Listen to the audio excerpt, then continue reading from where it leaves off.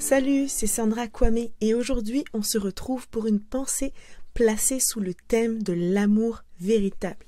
Et qui dit amour dit 1 Corinthiens chapitre 13 et nous lisons ensemble le verset 6 dans lequel il est écrit « Il ne se réjouit pas de l'injustice, mais il se réjouit de la vérité ». Donc ce verset nous rappelle que l'amour véritable ne trouve pas de joie dans la souffrance ou l'injustice, mais qu'il se réjouit de la vérité. Notre verset du jour fait partie d'un des chapitres les plus longs de la Bible et qui est souvent appelé le chapitre de l'amour.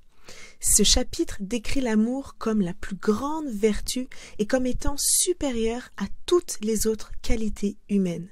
Le contexte de ce verset est donc celui de la description de l'amour véritable et notre verset est l'une des affirmations les plus puissantes et les plus claires de toute la Bible sur la nature de l'amour. L'apôtre Paul, qui a écrit cette lettre aux Corinthiens, utilise des mots très forts pour décrire ce qu'est justement l'amour véritable et comment il doit se manifester dans nos vies.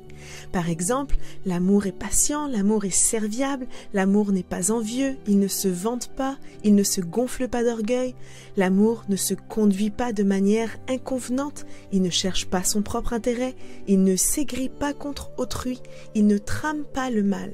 L'amour supporte tout, il fait confiance en tout, il espère tout, il endure tout. Ces mots illustrent la profondeur et la complexité de l'amour authentique. Et c'est une qualité qui va bien au-delà des simples sentiments ou des émotions. L'amour véritable est décrit comme étant patient, serviable, généreux, humble, honnête, aimant et tolérant. Toutes ces qualités sont essentielles pour vivre en connexion les uns avec les autres. Et même si toutes ces qualités peuvent sembler difficiles à atteindre, nous pouvons demander au Saint-Esprit de venir travailler en nous.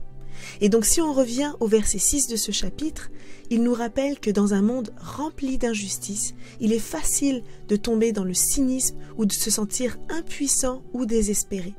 Il nous met en garde de ne pas nous concentrer sur les mauvaises actions des autres, ni de nous réjouir des conséquences négatives qui pourraient découler de ces mauvaises actions.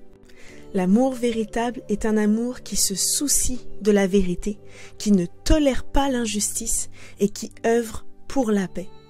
Donc avec cette pensée aujourd'hui, j'aimerais t'encourager à chercher à vivre selon ces principes dans ta vie quotidienne et à être un témoignage de l'amour de Dieu dans le monde qui nous entoure.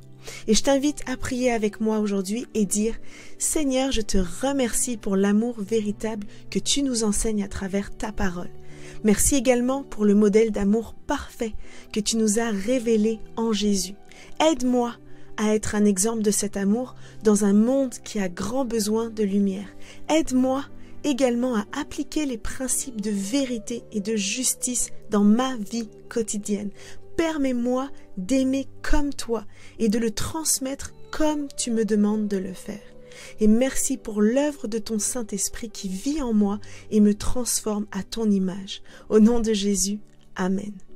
Et je te rappelle en terminant de toujours chercher la vérité, œuvrer pour la justice et promouvoir la paix.